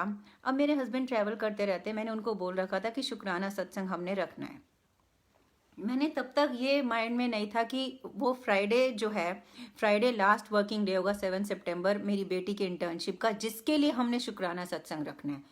तो ये माइंड में ये था कि शुक्राना सत्संग रखना है, जल्दी से जल्दी रख लें। लेकिन सारे वीकेंड्स ऑक्यूपाइड हो गए थे, मेरे हस्बैंड की ट्रैवलिंग थी, कुछ ना कुछ ऐसी सिचुएशन हो गई कि करते करते अगस्त आ गया। अब मैंने अपने हस्बैंड को बोला कि इतनी देर हो गई आपके भरोसे रही, अब देखो वीकेंड्स निकल गए। तो सिचुएशन ऐसी आ गई कि हमारे पास 7 सितंबर वाले वीकेंड के अलावा और कोई ऑप्शन ही नहीं थी, अगर हम वेकेशन पे जाने से पहले शुक्राना सत्संग रखना चाहते हैं तो हमने 7 सितंबर सैटरडे का सत्संग रखा घर पे। तो तब मुझे रियलाइज़ हुआ कि मैं सोच रही थी किसी संगत के यहाँ गुरुजी तो यहाँ हमारे घर में ही सत्संग रखवाना चाहते थे, हमारी वेकेशन की स्टार्टिंग ही सत्संग से करना चाहते थे, क्योंकि मैंने बोला था गुरुजी मुझे वेकेशन मैंने आपको डेडिकेट कर दी, स्पिरिचुअल जर्नी होनी चाहिए। तो देखो गुरुजी ने 4-5 महीने पहले उनको मालूम था 7 सितंबर को यहाँ सत्संग होना है, इसलिए गुरुजी ने मेरी उस वीकेंड की टिकट बुक नहीं कराई। तो संगत जी 7 सितंबर को जब सत्संग आने लगा ना, सत्संग का डेट आने लगी, तब मुझे रियलाइज़ हुआ, आरुषि ने बोला कि मम्मा कल फ्राइडे को मेरा लास्ट वर्किंग डे है। तो मुझे ये पता था कि आरुषि फ्री हो जाएगी, इसलिए हमने वेकेशन तब प्लान करी थी। एग्जैक्टली उसका फ्राइडे लास्ट वर्किंग डे ये नहीं मालूम था। मैंने सोचा था ट्यूसडे वेंसडे उसकी इंटर्नशिप खत्म हो जाएगी। तो मैंने कहा अरे गुरुजी ने ये भी कितने अच्छे से प्लान किया, फ्राइडे को उसकी इंटर्नशिप खत्म हो जाएगी जिसका हम शुक्राना सत्संग रख रहे हैं। तो गुरुजी ने कहा अगर शुक्राना सत्संग रख रहे हो तो इंटर्नशिप उसकी होने दो। मतलब गुरुजी ने सब कुछ कितना ब्यूटीफुली प्लान किया। उसकी इंटर्नशिप जस्ट खत्म हुई थी, नेक्स्ट डे सत्संग हो गया, शुक्राना सत्संग। हमारी वेकेशन शुरू होने वाली थी और वेकेशन हमने गुरुजी को डेडिकेट की थी। तो गुरुजी का बहुत शुक्राना, हमारी स्टार्टिंग ही इतनी अच्छी करा दी। तो संगत जी उसके बाद हम सत्संग बहुत अच्छे से हुआ, हमें बहुत अच्छा लगा कि गुरुजी ने इस सत्संग की प्लानिंग कितने महीने पहले की थी। उसके बाद 9 सितंबर को हम वेकेशन के लिए निकले।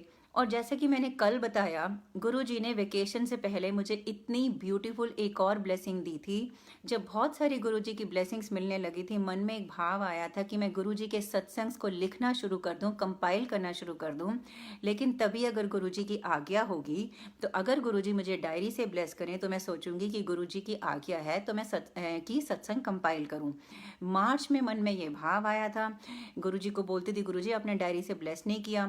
अगस्त एंड में जब मैं सितंबर की वेकेशन प्लान कर रही थी, दुबई के डेज प्लान कर रही थी, तब मुझे नीति चोपड़ा आंटी ने बोला कि सो एंड सो डेज को सत्संग होगा। उन्होंने बोला looking forward to listening to your satsangs. तब मैंने फिर से गुरुजी को देख के बोला गुरुजी काश कि आपने डायरी से ब्लेस किया होता, मैंने डायरी में सत्संग लिख रखे होते और मैं पढ़ देती। अब मैं कौन सा सत्संग सुनाऊंगी? तो मैंने as a reminder bullet points लिखना शुरू कर दिया। तो 31 अगस्त मॉर्निंग में गुरुजी को रिमाइंडर दिया, काश कि आपने डायरी से ब्लेस किया होता। ऐसा नहीं है कि गुरुजी को याद नहीं था, मैंने रिमाइंडर दिया। एक्चुअली टाइमिंग वही बेस्ट थी। 31 अगस्त इवनिंग में जब संजोती आंटी के यहाँ सत्संग हुआ तो जॉय आंटी ने मुझे अपना सत्संग शेयर किया कि कैसे वो 2-3 दिन पहले जब शॉपिंग के लिए गई थी, गुरुजी ने बड़ी स्ट्रॉन्ग टेलीपैथी से उनको बोला तू मधु वास्ते डायरी लेनी है।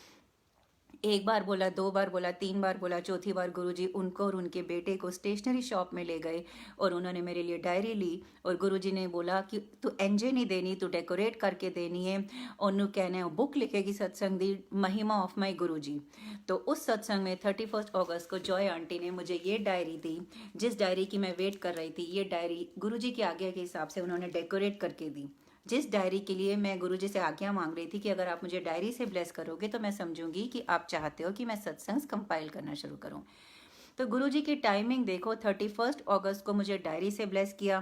9 सितंबर को हमने वेकेशन जाना है, 7 सितंबर को हमारे यहाँ सत्संग रख दिया।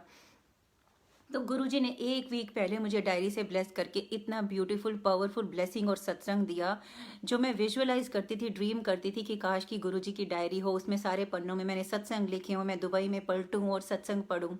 वो गुरुजी ने ट्रू कर दिया। तो मैं ये दुबई में ये डायरी लेके गई। तो जब मैं दुबई में सत्संग में गुरुजी ने बुलाया वैसे ही मैंने किया, डायरी के पन्ने पलटे, सत्संग शेयर किए। नीति आंटी ने कहा और सुनाओ और सुनाओ। तो जो मैं विजुअलाइज करती थी गुरुजी ने वही करवाया। तो देखो गुरुजी की टाइमिंग देखो कितनी अच्छी है। मार्च से अरदास थी, जाके अगस्त के लास्ट डे में मुझे ब्लेस किया क्योंकि उनको पता है अगले हफ्ते छुट्टियों पे जाने वाली है, ये डायरी साथ में लेके जाएगी, इसकी ये ब्लेसिंग्स ताज़ा होनी चाहिए। तो गुरुजी का बहुत शुक्राना। तो संगत जी दुबई में जैसा मैं चाहती थी जिस जिस सिटी में जाऊँ मैं गुरुजी की सत्संग की ब्लेसिंग मिले मुझे। दुबई में मैं 4 दिन रुकी और 3 दिन गुरुजी ने सत्संग की ब्लेसिंग दी। बहुत अच्छा लगा मुझे, बहुत अच्छा लगा। गुरुजी की गुरु परिवार का बहुत प्यार मिला, बहुत ज़्यादा प्यार मिला।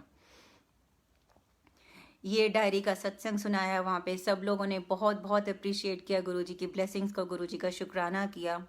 तो संगत जी दुबई की नीति चोपड़ा आंटी, गुरुजी उनको बहुत ब्लेस करें। तो जब भी वहाँ पे कोई सत्संग शेयर करता है ना, नीति आंटी रिकॉर्ड करती हैं।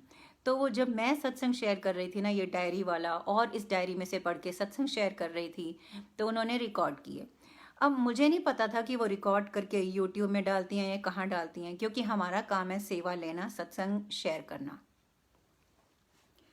संगत जी लेकिन जैसे मैंने बताया यहाँ पे यूके गुरु परिवार में जसवीर आंटी हैं, संजोती आंटी हैं। तो I was on my toes Dubai से इंडिया। तो जब मैं ट्रैवल करती रहती थी बीच में इनके मैसेजेस पढ़ती थी तो मुझे पता चलता था यहाँ पे संजोती आंटी से, जसवीर आंटी से कि मधु आपका ये सत्संग ना यूट्यूब में पोस्ट हुआ है। तो मैंने कहा गुरुजी का भाड़ा मीठा लगे, जो गुरुजी को अच्छा लगता है। तो वो मुझे ना लिंक भी भेजती रहती थी। तो ऐसे मुझे पता चल गया कि यूट्यूब में डायरी वाला सत्संग पोस्ट हुआ है। अब संगत जी इतना पता चल गया। उसके बाद दुबई में हमारा गुरुजी ने बहुत अच्छा स्टे रखा, बहुत बहुत बहुत अच्छे से ब्लेस किया गुरुजी ने। क्योंकि मुझे कट शॉर्ट करना है इसलिए मैं और दुबई के डिटेल्स नहीं बताऊंगी। दुबई में भी और ब्यूटीफुल ब्लेसिंग्स दी गुरुजी ने। तो दुबई का जब स्टे बहुत अच्छा हुआ, जब लास्ट डे दुबई के होटल से मैं चेकआउट कर रही थी ना, उससे एक इवनिंग पहले वाले सत्संग में सोनिया विज आंटी ने मुझे कुछ ब्लेसिंग्स दी थी। उन्होंने मुझे एक ऐसी ब्लेसिंग दी थी जो मैंने गुरुजी से मांगी नहीं थी, लेकिन मेरे मन में उसकी नीड थी मुझे। मैं हमेशा सोचती थी कि मैं रात को जब लाइट्स ऑफ हो जाती है, मैं सोती हूँ, तो काश कि कोई ऐसी चीज़ हो कि मैं अंधेरे में भी मेरी नींद खुले तो गुरुजी की तरफ ही, गुरुजी का स्वरूप ही दिखे। ये मैं सोचती थी, लेकिन मुझे पता नहीं था कि मुझे क्या मांगना है और ऐसी कोई चीज़ होती भी होगी। लेकिन ये मेरे को हमेशा बहुत भाव आता था कि मैं रात को अगर मेरी अचानक से नींद खुले तो अंधेरे में ना मुझे गुरुजी का स्वरूप दिखे चमकता हुआ। तो जिस दिन हमने दुबई छोड़ना था उससे एक इवनिंग पहले वाले सत्संग में मुझे सोनिया विज आंटी ने प्लग स्वरूप दिया, जिसके फ्रंट में गुरुजी का स्वरूप है। उसको प्लग इन करो तो गुरुजी का स्वरूप जलता है, चमकता है। सोचो, मैं सोच भी नहीं सकती थी कि ऐसी भी कोई चीज़ एग्जिस्ट करती है, तो मैं बड़ी खुश हुई थी। अरे प्लग स्वरूप, यही तो मुझे चाहिए। अगर आप इसको प्लग करके सोओगे, आधी रात में नींद खुलेगी तो गुरुजी का स्वरूप चमकेगा, वही तो मुझे चाहिए होता था। तो सोनिया विच आंटी ने मुझे वो प्लग स्वरूप दिया था, आई थिंक एक पेन स्वरूप भी दिया था, और एक चीज़ और दी थी। मैं प्लग स्वरूप से इतनी एक्साइटेड थी कि मैंने वो तीसरी चीज़ देखी ही नहीं थी। तो मुझे पता था, मैंने वो पर्स में रख दी थी। तो जब हम लास्ट डे होटल से चेकआउट हो रहे थे ना, तो मैंने ना एक ब्लैक ग्रे कलर का सूट डाला और मन में आया कि काश कि मेरे पास इसके साथ का मैचिंग गुरुजी का ब्रेसलेट होता। मैंने कहा काश कि मेरे साथ गुरुजी का मैचिंग ब्रेसलेट होता, और ब्लैक और ग्रे डाला था। और ये मन में सोच के मैंने पर्स खोला। Can you believe it, purse खोला, पर्स में वो तीसरी ब्लेसिंग निकली जो मैंने एक इवनिंग पहले नहीं देखी थी। और वो तीसरी ब्लेसिंग थी ब्लैक एंड ग्रे कलर का गुरुजी का ब्रेसलेट स्वरूप। मतलब गुरुजी चाहते तो मुझे एक इवनिंग पहले दिखा सकते थे ना, लेकिन गुरुजी सब कुछ कैसे हमारे थॉट्स को भी कंट्रोल करते हैं। मुझे एक इवनिंग पहले वो दिखाया नहीं। अगले मॉर्निंग जब मैं चेकआउट कर रही हूँ, मन में भाव आया कि काश कि मेरे पास ब्लैक ग्रे सूट के साथ का मैचिंग ब्रेसलेट होता। तब मुझे पर्स में वही दिखाते हैं जो एक इवनिंग पहले मिला था। तो मैंने वो निकाला, मुझे बहुत अच्छा लगा। मैंने कहा ये कहाँ से आया, ये कहाँ से आया। मैंने कहा ये कहाँ से आया। तब मैंने रियलाइज़ किया, हाँ कल रात को उन्होंने एक पेपर बैग में दिया था ना, तो यही होगा। तो देखो गुरुजी ने, तो मैंने वो मैचिंग डाला, बहुत अच्छा लगा। फिर हम एयरपोर्ट पे गए। एयरपोर्ट में हम एक लॉन्च में बैठे, वहाँ बैठे ऐसे कैसे हो सकता है मेरे सामने इतना खिलता हुआ रोज़ फ्लावर। क्योंकि मैंने बोला था कि गुरुजी ये वेकेशन आपको डेडिकेटेड है, तो मेरे साथ उस वेकेशन में जो जो भी हुआ ना, आई एम श्योर गुरुजी ने किया to make it really memorable for me. तो मैं लॉन्च में बैठी हूँ, और मैं बैठी हूँ, मतलब हम थक गए थे। थकने के बाद अगर पहला मोमेंट मैंने रिलैक्स किया था तो वो ये था। और देखा सामने इतना सुंदर खिलता हुआ रोज़ फ्लावर, ऐसे कैसे हो सकता है, कुछ भी हो सकता था ना, कोई और चीज़ रखी हो सकती थी। तो मुझे बहुत अच्छा लगा। संगत जी, उसके बाद हम फ्लाइट में बैठ गए। जब हम फ्लाइट में बैठे ना, जब हम दिल्ली एयरपोर्ट उतरने लगे ना, तो मेरे मन में ये आया, मतलब मैंने कहा अरे गुरुजी, जब हम लैंड करने लगे से लेकर जब हम एयरपोर्ट के अंदर घुस रहे हैं, तब मेरे मन में ये फीलिंग्स चल रही हैं। मैंने कहा अरे गुरुजी, दुबई तो बहुत अच्छा रहा, दिल्ली भी बहुत अच्छा रहेगा ना, इंडिया भी बहुत अच्छा रहेगा ना, मैं गुरुजी आपकी ज़मीन पे आ गई, चलो मेरा वेलकम करो। अब ये कैसी सिली सी थॉट है, वेलकम करो गुरुजी कि आपका वेलकम करेंगे, लेकिन कभी हमारे मन में ये भाव आ जाते हैं।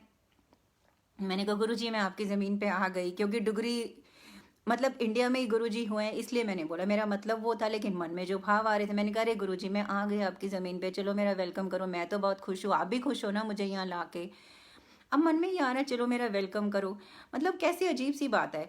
संगत जी, जब मेरे मन में ये आया ना कि चलो गुरुजी अगर आप भी मेरे को यहाँ पे पाके खुश हो तो मेरा वेलकम करो, उस वक्त मैं एस्केलेटर पे चल रही थी संगत जी, और जैसे ही मन में ये आया गुरुजी अगर आप भी मेरे को पाके खुश हो, मेरा वेलकम करो, मैंने ऊपर देखा और वहां पे बैनर पे गुरु नानक देव जी ऐसे करके खड़े थे, जैसे किसी को वेलकम करते तो ऐसे ही करते हैं ना, ऐसे करके गुरु नानक देव जी उस बैनर पे।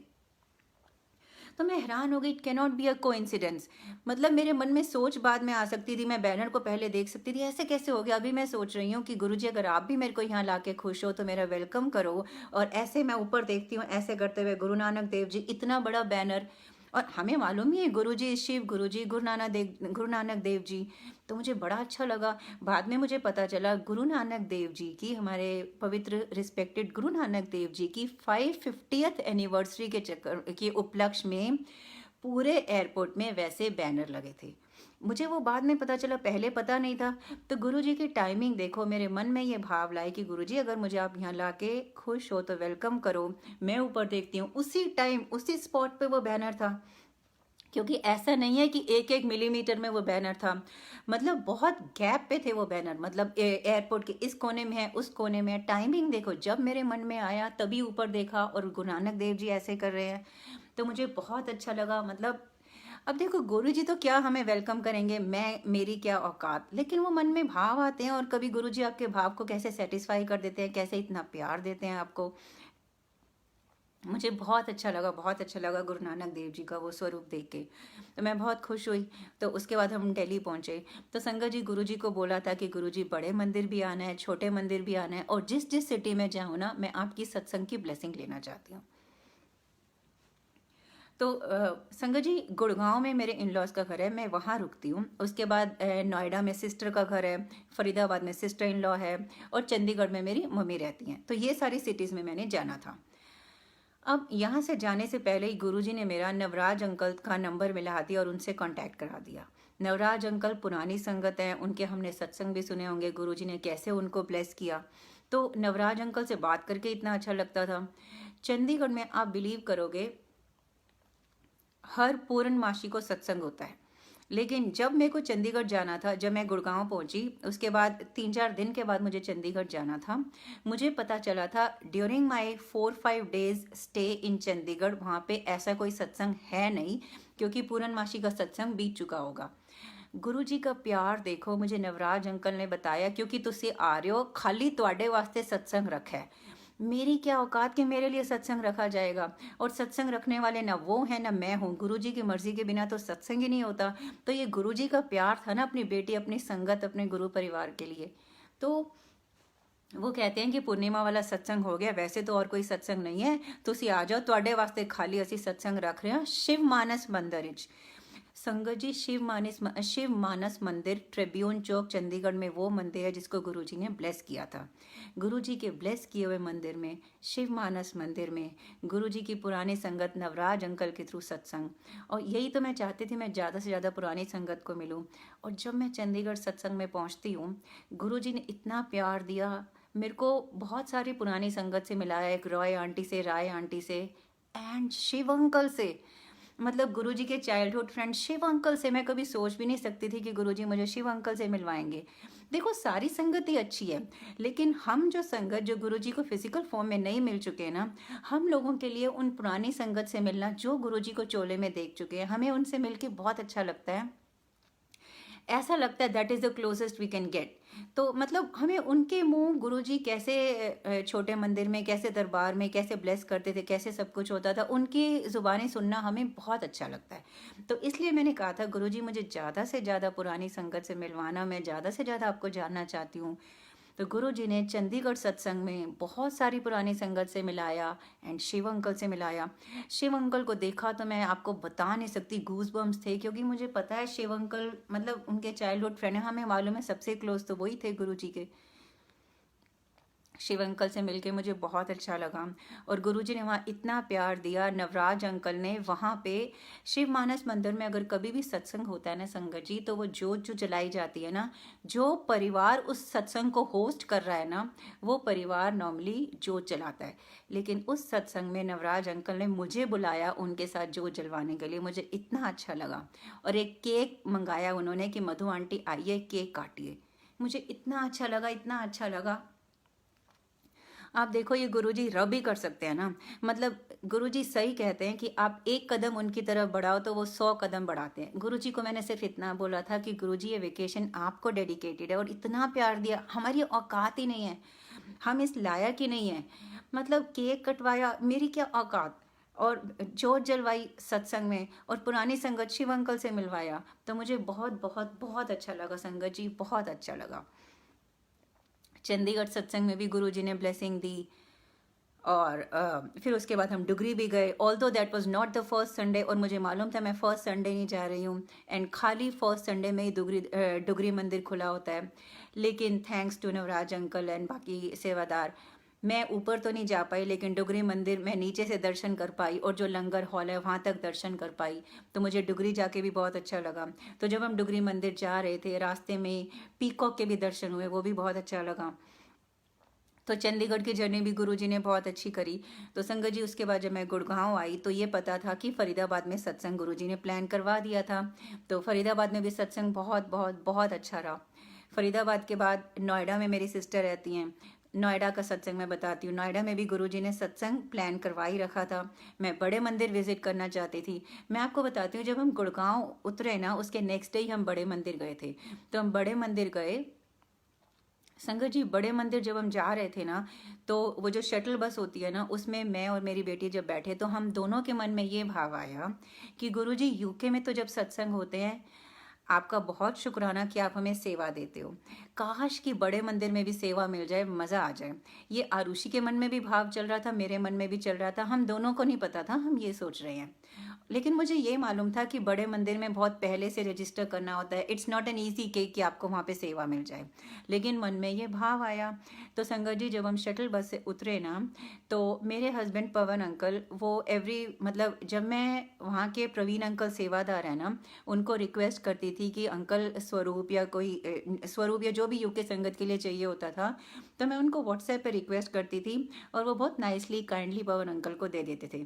गुरुजी प्रवीण अंकल को बहुत ब्लेस करें। तो संगत जी मैं प्रवीण अंकल को फेस टू फेस कभी नहीं मिली थी, बस व्हाट्सएप पे मैं रिक्वेस्ट करती थी। तो मैंने उनको मिलके उनका पर्सनली थैंक्स करना चाहती थी कि अंकल आप इतने अच्छे से सेवा करते हो, हमेशा हम जो मांगते हैं आप दे देते हो। तो जब हम शटल बस से उतरे ना, तो मेरे हस्बैंड कहते हैं कि वहाँ चलते हैं कियोस्क में जहाँ प्रवीण अंकल बैठते हैं, तो मैं आपको उनसे मिलवा देता हूँ। मैंने कहा ठीक है। तो संगत जी जब हम वहाँ पे गए ना, तो प्रवीण अंकल से मिले, तो उन्होंने कहा वो आप हो मधु आंटी, आओ आओ। आप बिलीव करोगे जब हम वहाँ पे ना कुछ सेवादार ना सेवा कर रहे थे, गुरुजी ने मेरा और मेरी बेटी का भाव पढ़ लिया।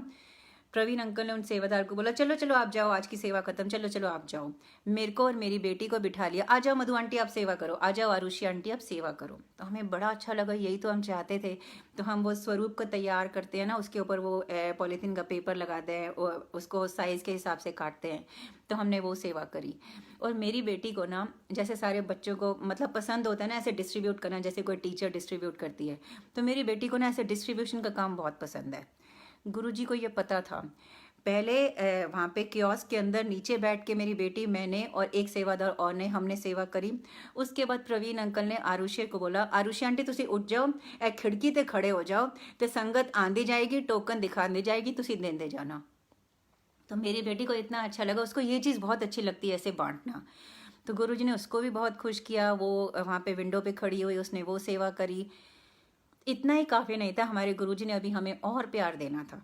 संगत जी एक आंटी ने ना बहुत पहले से प्रवीण अंकल को बोल रखा होगा कि उनको माला स्वरूप चाहिए। तो प्रवीण अंकल ने बोला होगा कि आप सो एंड सो डे को आ जाना।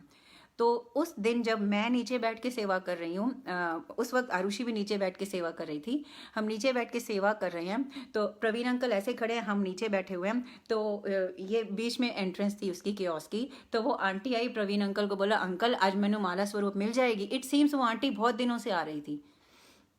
तो अंकल ने माला स्वरूप उनको दी।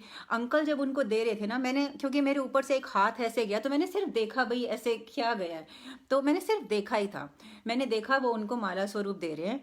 तो फिर अंकल कहते हैं, जो नीचे एक और सेवादार आंटी बैठी थी, पता नहीं उनका नाम सीमा आंटी था, पता नहीं क्या था, तो बोला सीमा आंटी चलो चलो मधु आंटी दे गले माला पाओ, आरुषि आंटी दे गले माला पाओ। तो बड़े मंदिर में बैठ के सेवा करते हुए हमारे गले में गुरुजी के स्वरूप वाली माला डाली गई। ओ माय गॉड, इतना अच्छा लगा, इतना अच्छा लगा, इतना अच्छा लगा। गुरुजी इतना प्यार करते हैं, मैं भूल नहीं सकती। ऐसा नहीं है कि मैंने अंकल को बोला था हमें भी दे दो, मैंने तो सिर्फ देखा था, चलो चलो इनके गले में माला डालो, और उस माला में गुरुजी का स्वरूप था। देखो कितना अच्छा लगा होगा हमें। तो गुरुजी का बहुत बहुत बहुत शुक्राना इतना प्यार देने का। हमने तो सिर्फ ये कहा था Guruji vacation is dedicated to you, और गुरुजी ने कदम कदम पे इतना प्यार दिया। संगत जी मैं टाइम की कमी